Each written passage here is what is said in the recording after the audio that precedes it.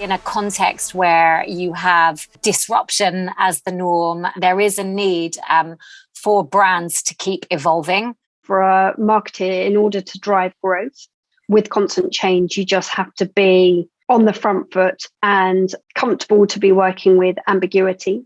This is a really fine balance for marketeers to drive growth.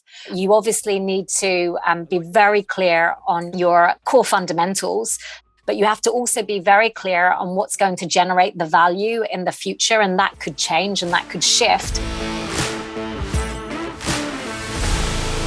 I think it is true that COVID made everyone go super short term. So in some ways, it's kind of getting back on track, making sure we're actually doing the fundamentals right. There's the temptation to sort of throw lots of stuff and see what sticks, and quick, a new flavour, let's do a new pack, let's do this, let's that, and that'll generate growth next year. And all these sort of new and shiny things that are coming along, and that is important. But I think in a lot of cases, it's actually getting those fundamentals right. Deep structural growth comes from refocusing on the core and ensuring that core is as good as it can be. And that can be products, but also, brand positioning. Is the brand positioning as sharp as it can be? So whether that's looking at, new customer opportunities, new product opportunities, to even looking at new business models. July 2020, we had to close all our stores. The question was, well, how are we going to get our consumers back? We can't assume that they're just going to come back to us. What we believed was actually, let's invest in loyalty, market-leading loyalty scheme, so that we get a longer-term relationship with our consumers.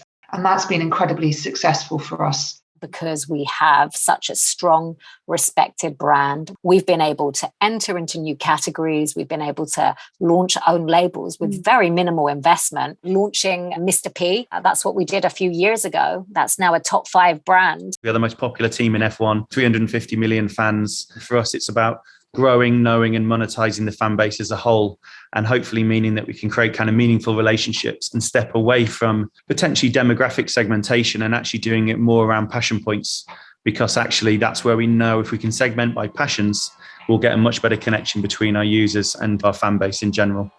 And it's these new ways of thinking which future-proof your business, but also are built on understanding your core and what you have historically had as your brand strengths.